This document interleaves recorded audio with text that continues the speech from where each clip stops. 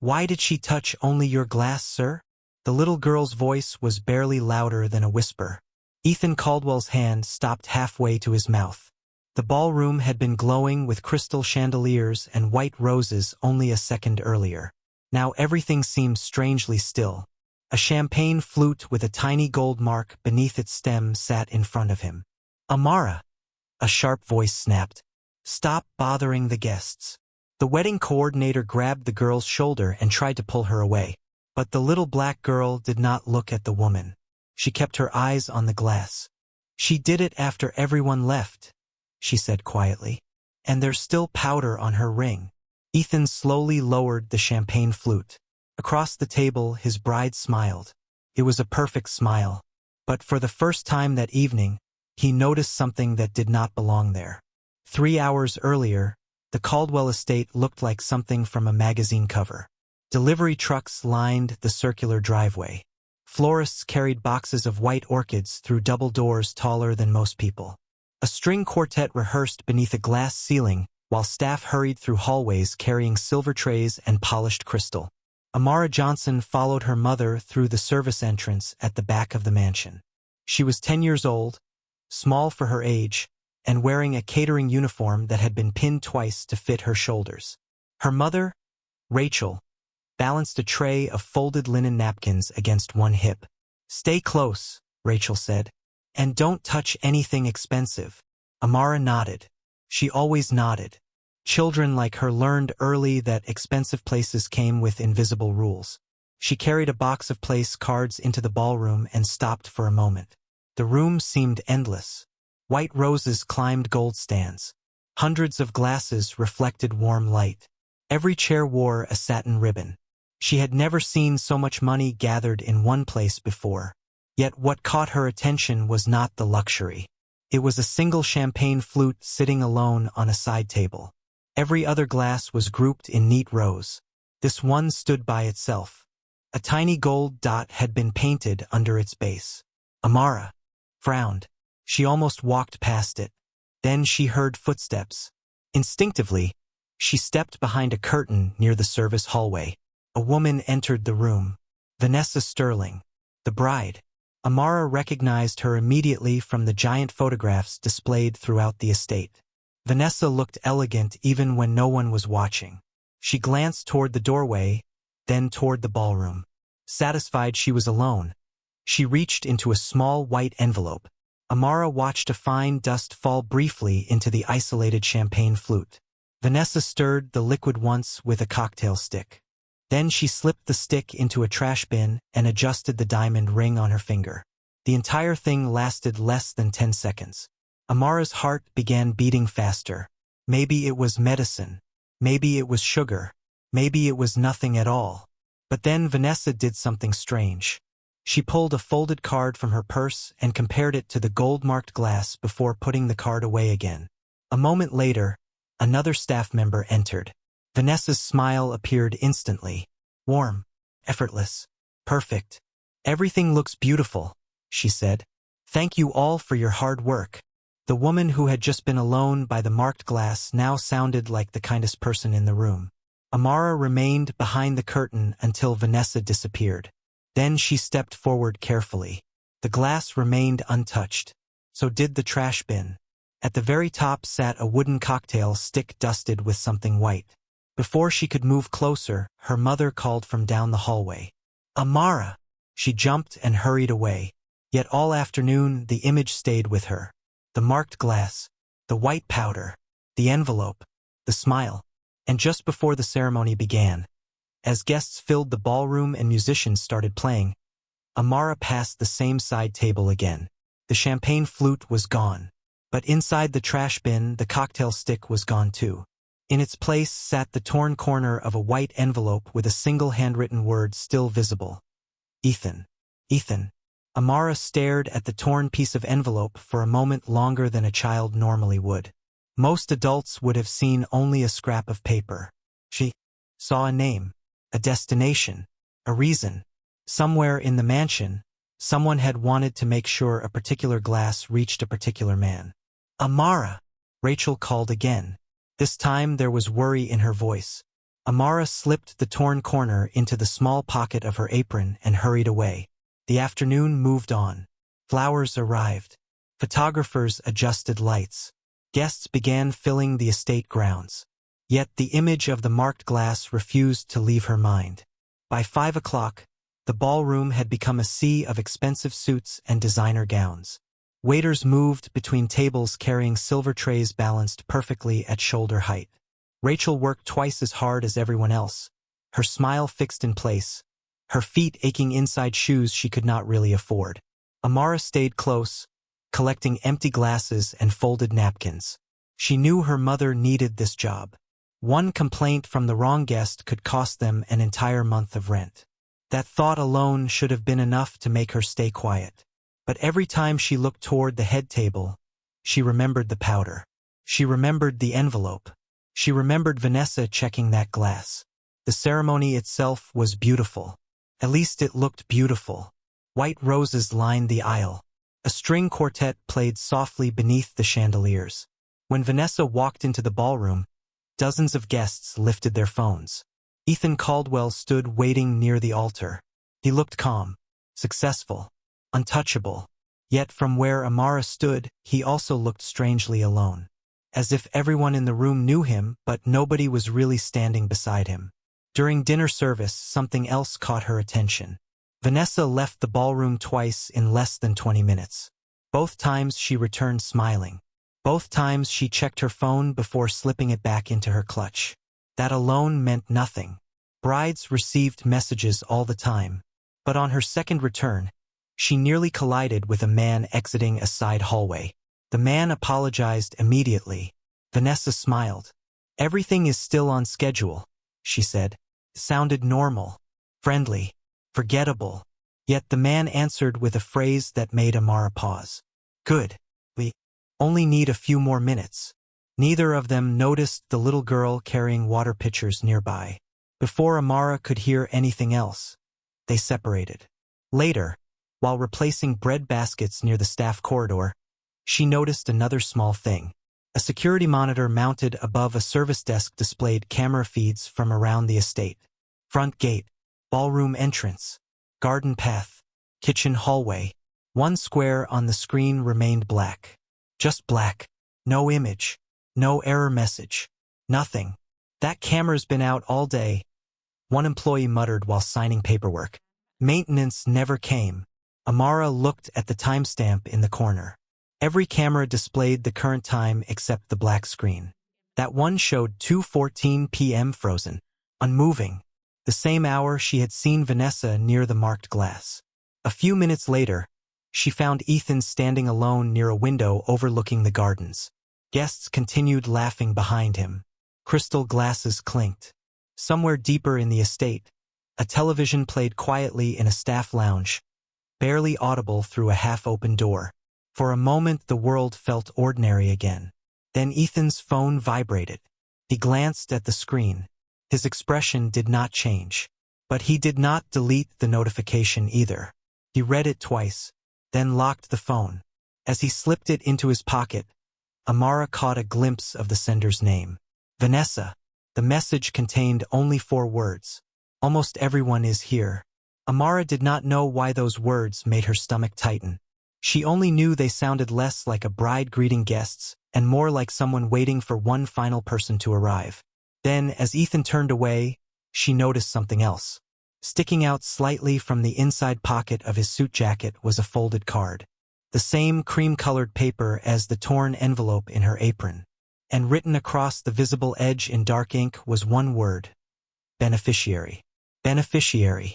The word stayed in Amara's mind long after Ethan disappeared into the crowd. She had seen enough paperwork while waiting for her mother after shifts to know what the word meant. Not exactly, not completely, but enough. Someone received something when someone else was gone. The ballroom lights shimmered against crystal and silver. Laughter rolled across the room. Waiters carried trays of champagne.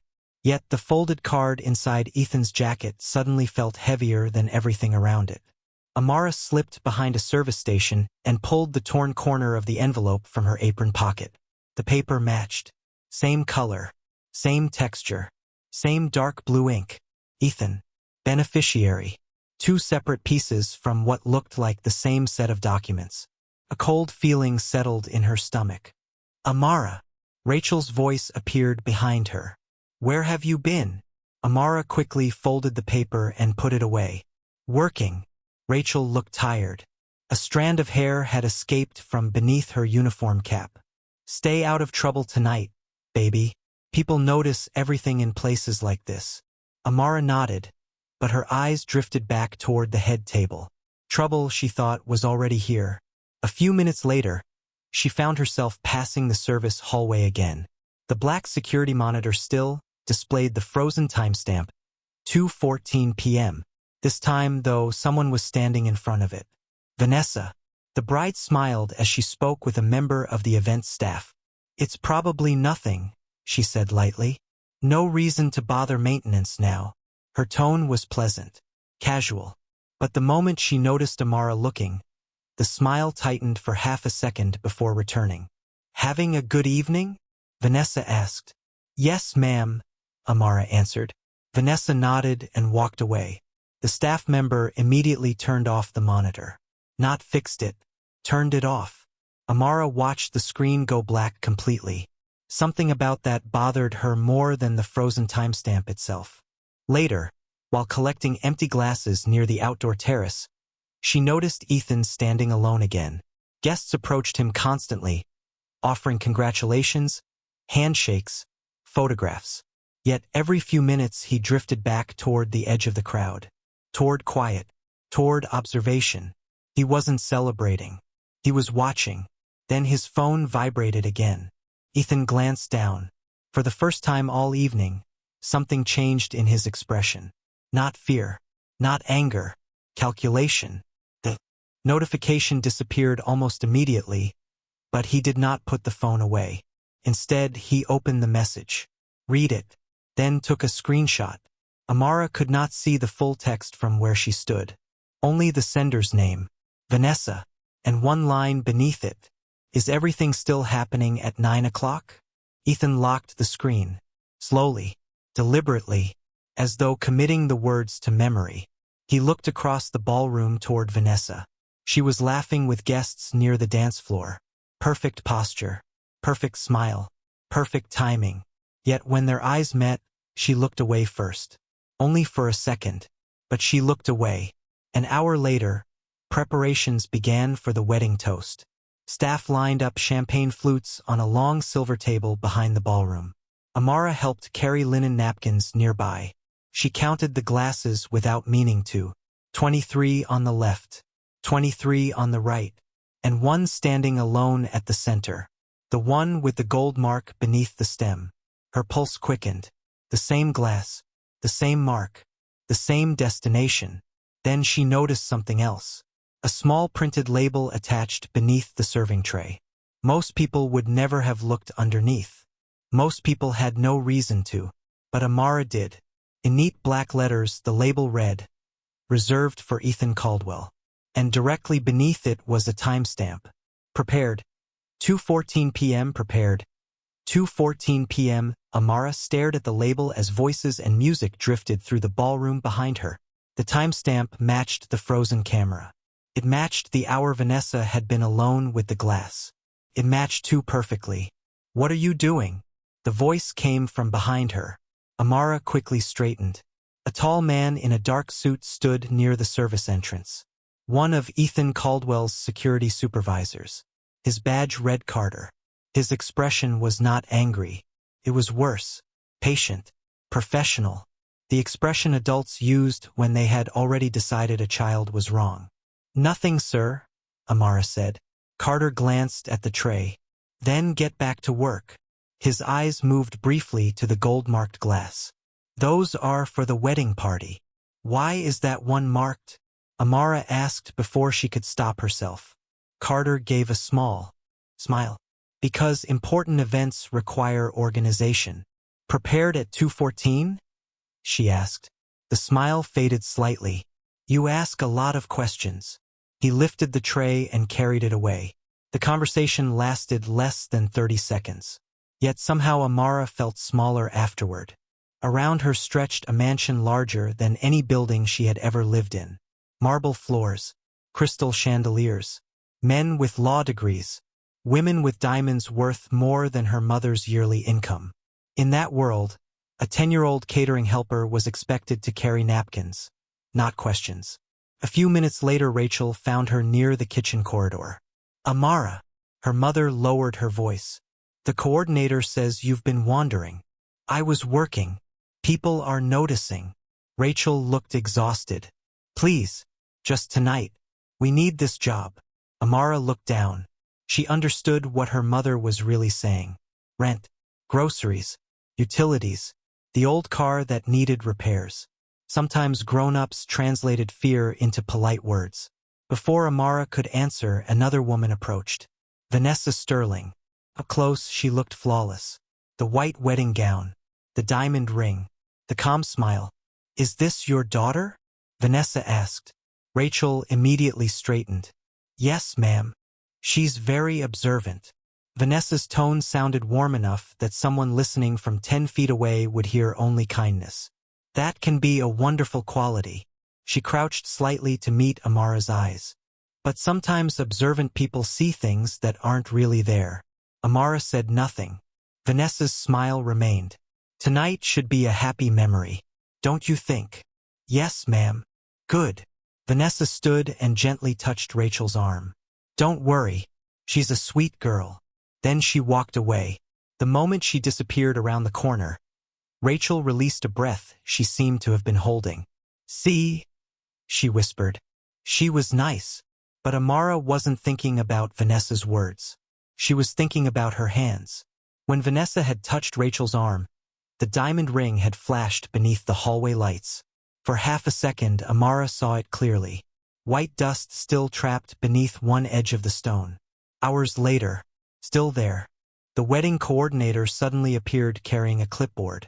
All service staff stay behind the ballroom doors during the toast. Her voice was firm. No exceptions. What about refills? Someone asked. Everything is already placed. The coordinator checked her notes. The Caldwell table is set. Then she paused. Just for an instant. Actually, she flipped one page backward. Who moved Mr. Caldwell's champagne placement card? Silence. Nobody answered. The coordinator frowned and corrected something with her pen. Never mind. It's fixed now. She walked away. Most people immediately returned to work. Amara didn't, because when the coordinator turned the page, Amara had seen the original seating chart for less than a second. Next to Ethan Caldwell's name was a small gold circle.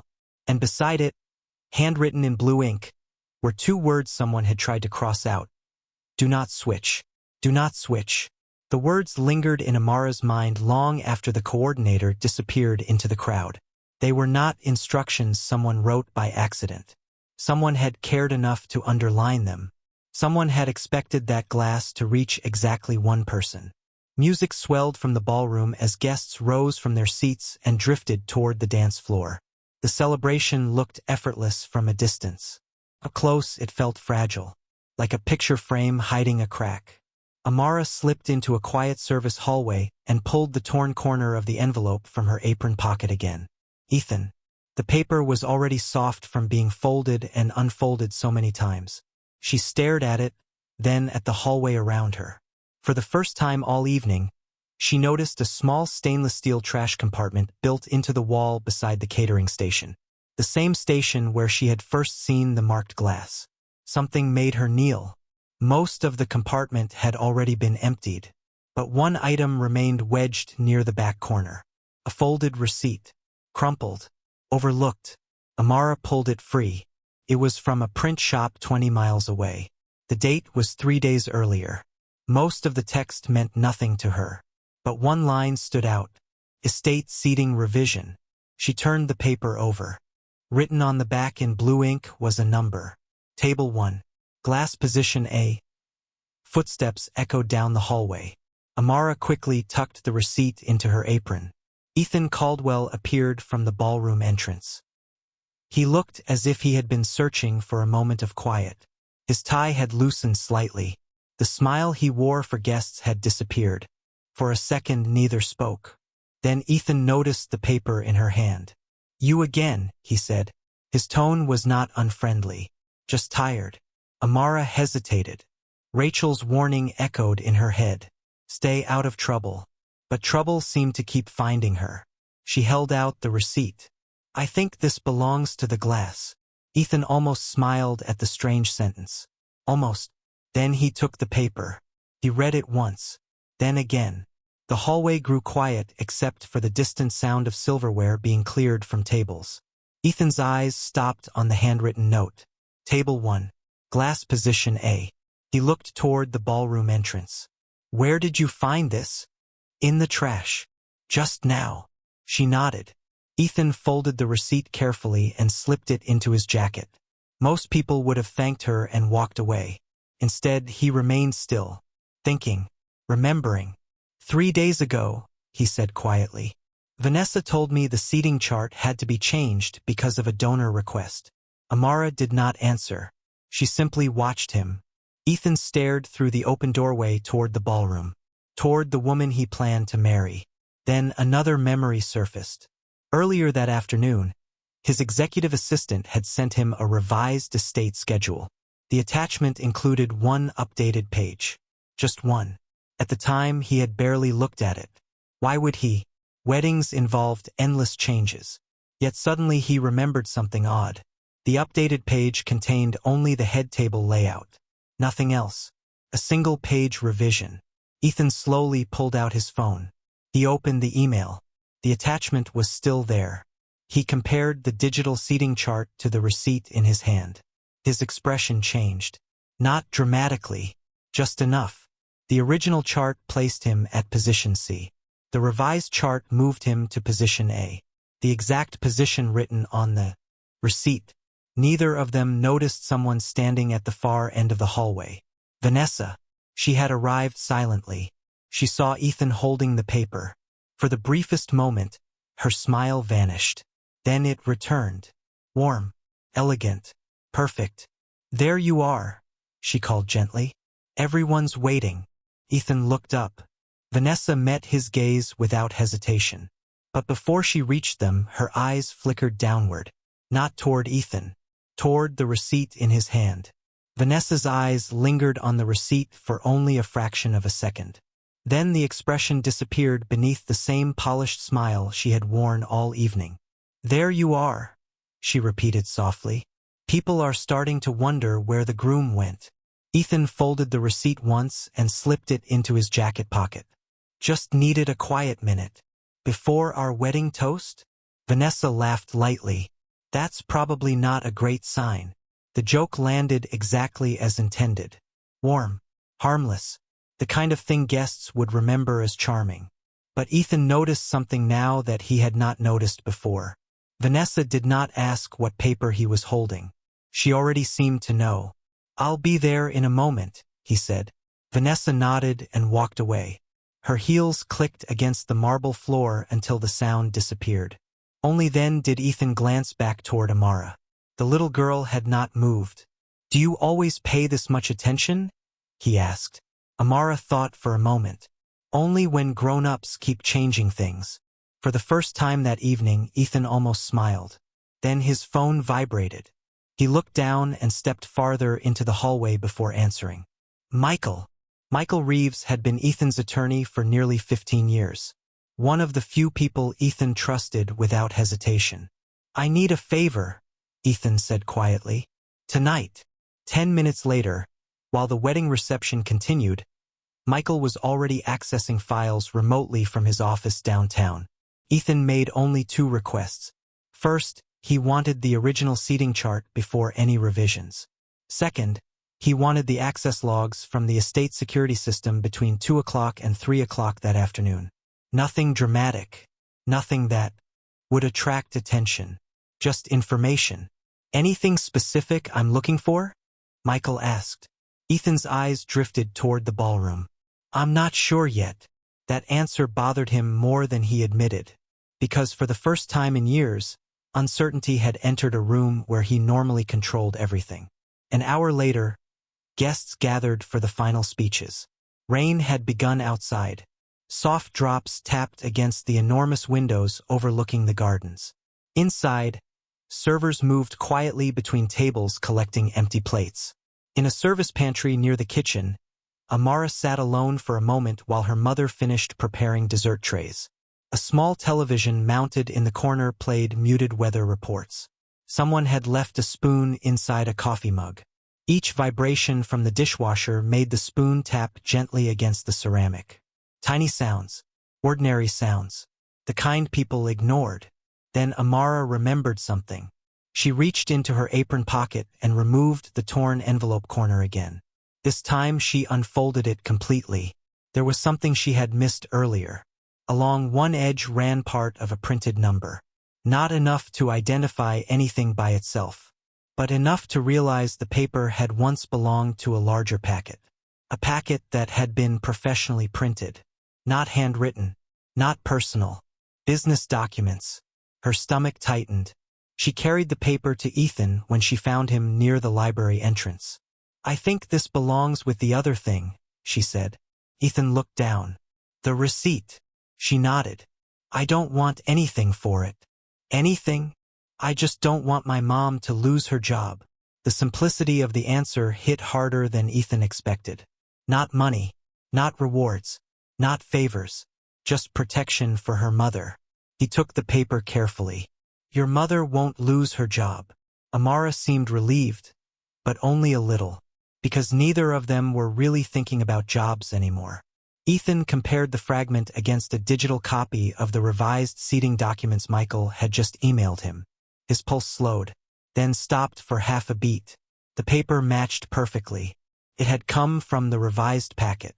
The one Vanessa claimed had been changed because of donor requests. At that exact moment, another message arrived from Michael. Original access log recovered. Ethan opened the attachment. Most entries looked normal. Vendors, florists, photographers, caterers. Then one line near 2:11 p.m. caught his eye. Private office access. Vanessa Sterling. Exit recorded at 2:13 p.m. Ethan stared at the timestamp. 2:13. 1 minute before the marked glass was prepared. 1 minute before the camera froze. 1 minute before everything began. And suddenly he remembered something he had ignored for nearly a year. Every major change involving his finances, trusts, guest lists, schedules, or estate planning had started with the same sentence. Vanessa suggested it. Vanessa suggested it. The sentence echoed in Ethan's mind long after the phone screen went dark. He stood near the library entrance while guests laughed somewhere beyond the doors, unaware that the ground beneath the evening had begun to shift. Across the room, Vanessa was speaking with a group of donors. She looked exactly the way she always had. Graceful, composed, certain. And for the first time, Ethan wondered how many things he had accepted simply because they had been presented with a smile. He did not confront her. He did not call security. He did not raise his voice. Instead, he called Michael again. "I need one more thing," he said quietly. "Can you pull the backup camera archive from the kitchen corridor?" There was a pause. "The main feed is missing 7 minutes. That's why I want the backup." Ethan ended the call and slipped the phone away. Nearby, Amara stood beside a service cart, watching him. "What happens now?" she asked. "Now we stop guessing." The answer sounded calm, but something in his eyes had changed. 20 minutes later, preparations for the wedding toast reached their final stage. Champagne flutes waited beneath warm lights. Staff moved in careful patterns. Music drifted through the ballroom. Everything appeared normal. Ethan made sure it stayed that way. He approached the serving table and studied the arrangement as if checking details before the ceremony. Then, while everyone watched the dance floor, he made a small adjustment. One glass moved 6 inches to the left. Another moved 6 inches to the right. Nothing dramatic. Nothing noticeable unless someone already knew exactly where the glasses were supposed to be. Amara noticed. So did someone else. Across the room, Vanessa stopped speaking in the middle of a sentence. Her eyes flickered toward the serving table. Just once. Then she smiled and continued her conversation. "Did you see that?" Amara whispered. Ethan nodded. I did. Neither said anything more. A few minutes later, Ethan approached Vanessa carrying 2 glasses of sparkling water. Long night, he said. You doing okay? Of course. She accepted 1 glass. Why wouldn't I be? Ethan smiled faintly. Just checking. He let a moment pass. By the way, who requested the seating revision this week? Vanessa took a sip. One of the donors. Which one? The question was simple, almost casual. Vanessa lowered the glass. I don't remember. Ethan held her gaze.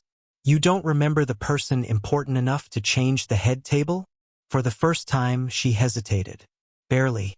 I'd have to look it up. Of course. Ethan nodded and walked away. He never accused her of anything. Yet the answer stayed with him.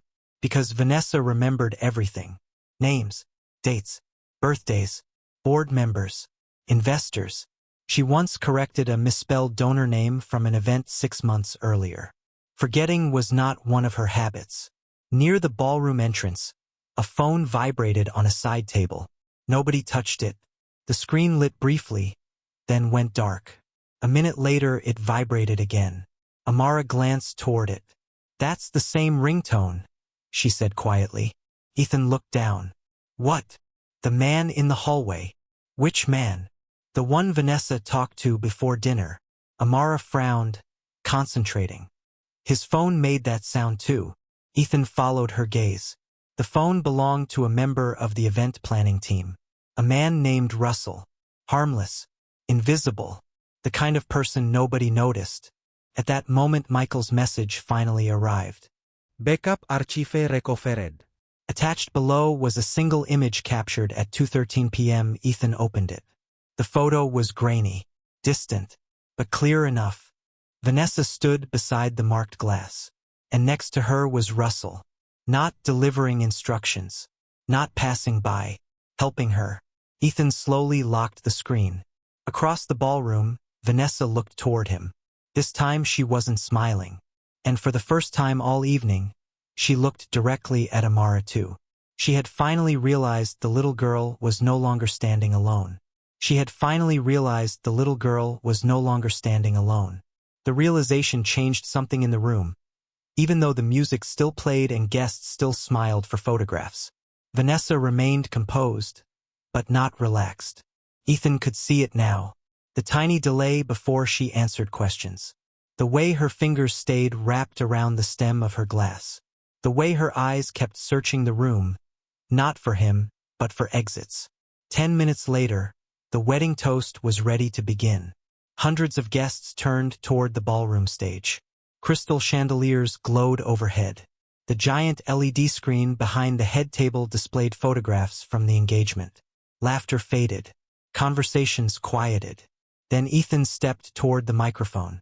Before we continue, he said calmly, I need a few minutes. Confusion moved through the crowd. Not panic, just surprise. Vanessa's smile remained in place. Ethan? She asked softly. What is this? Ethan looked toward Michael Reeves, who had just entered through a side door carrying a laptop. Something I should have done earlier, Ethan replied. The room grew still. Michael connected the laptop to the ballroom display. A loading symbol appeared on the giant screen. Nobody spoke. Near the back of the room, Amara stood beside her mother. Rachel squeezed her daughter's shoulder, uncertain what was happening. Amara's heart pounded, but she did not look away. The first image appeared. The timestamp, 2:13 p.m. The recovered backup footage showed the service corridor. Vanessa stood beside the marked champagne glass. Russell stood next to her. Several guests frowned. Vanessa immediately straightened. That's ridiculous, she said. We were checking table placements. Ethan said nothing. Michael clicked again. The next image appeared. A close-up from another camera angle. Russell placing something small on the service counter. Vanessa picking it up. The room became quieter. Still not enough. Still deniable. Vanessa folded her arms. You interrupted our wedding for this? She asked. Then Amara stepped forward. Not onto the stage. Not dramatically. Just enough. There's more. Her voice carried farther than she expected. Every head turned. Vanessa's eyes narrowed. Ethan nodded once. Show them. Amara removed something from her apron pocket. The torn envelope corner. The receipt. The pieces she had protected all evening. Michael placed scans of both documents on the giant screen. The handwriting matched. The seating revision matched. The timestamp matched. The marked glass matched. Murmurs spread through the ballroom. Vanessa's expression hardened. A child found scraps of paper, she said. That proves nothing. Michael opened one final file. Actually, he said quietly, it proves quite a lot. The screen switched to an audio waveform. Amara immediately recognized it. The hallway. The voice she had overheard days earlier. The accidental recording she had saved because something about it felt wrong. Michael pressed play. The ballroom filled with static for half a second. Then voices emerged. Russell's voice. Vanessa's voice. Clear. Undeniable. Once he signs the trust amendment, we won't need him anymore. Silence crashed across the room. Nobody moved. Nobody breathed. Ethan felt the blood drain from his face. Not because of the conspiracy. Not because of the money. Because he recognized the date of the recording. 6 days before he signed the revised trust documents.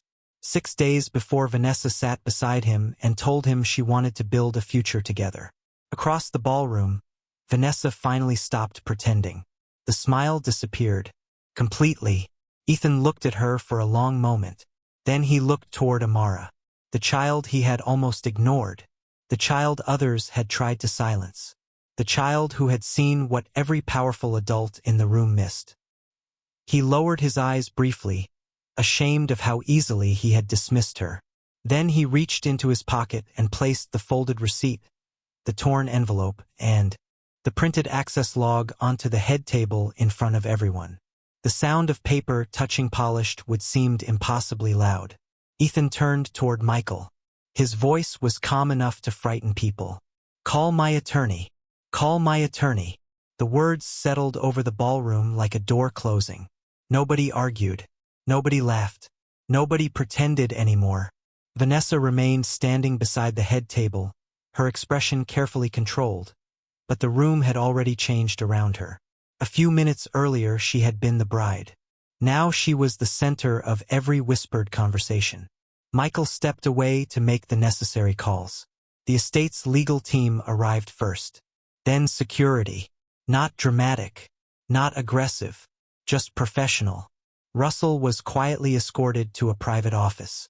Vanessa was informed that all trust amendments, financial transfers, and estate documents connected to the upcoming marriage would be frozen pending review. She demanded explanations. She demanded privacy. She demanded that Ethan speak to her alone. Ethan refused. Not angrily, calmly, publicly. The same way the deception had been hidden in plain sight, the truth would remain in plain sight. Within days, the investigation widened. The audio recording, access logs, seating revisions, and recovered footage were handed over to attorneys and investigators. Several financial filings connected to the trust amendment came under review. Russell lost his position immediately. Contracts tied to the wedding planning firm were suspended. Vanessa's role in multiple charitable organizations connected to Ethan's foundation was frozen pending inquiry. The consequences did not arrive all at once. They arrived piece by piece, the same way the lies had been built. What surprised Ethan most was not the evidence. It was how many people had noticed small inconsistencies over the past year and simply assumed someone else had already checked. A receptionist, an assistant, a vendor. Tiny warnings lost inside a system trained to trust titles more than questions. 2 weeks later, Ethan requested a formal meeting with the entire foundation board. During that meeting, he did something many powerful people avoided. He admitted he had been wrong. He acknowledged that warning signs had been dismissed because they came from people without status. He ordered a complete review of internal reporting procedures so concerns from staff, contractors, and service workers could no longer disappear unnoticed. The changes would cost money, time, reputation. He approved them anyway. Meanwhile, Rachel received a call she expected to be bad news. Instead, she learned the opposite. The catering company had reviewed what happened at the wedding. Her employment was secure. More than secure. She was offered a permanent management position with regular benefits and predictable hours. For the first time in years, she would not need to wonder whether next month's rent could be paid. When she hung up the phone, she sat at the kitchen table for a long time without speaking. Then she cried quietly where nobody could see. Amara received something different. Not a reward. Not a spotlight. A future. Ethan arranged a scholarship through an educational foundation, but only after asking what she actually wanted. Her answer surprised everyone. "Can my mom stop worrying first?" she asked. That answer stayed with Ethan longer than any board meeting ever had. Months later, on a rainy autumn evening, Ethan visited the small townhouse where Rachel and Amara now lived. It wasn't a mansion. It wasn't grand. But every light worked. The refrigerator was full. The roof no longer leaked. They sat together at a kitchen table eating a simple meal while rain tapped softly against the windows. No cameras. No reporters. No speeches. Just people. Before leaving, Ethan noticed something on a nearby shelf. A small frame. Inside it sat the torn corner of the envelope, the copied receipt, and a photograph Rachel had taken that evening. "You kept them?" he asked. Amara nodded.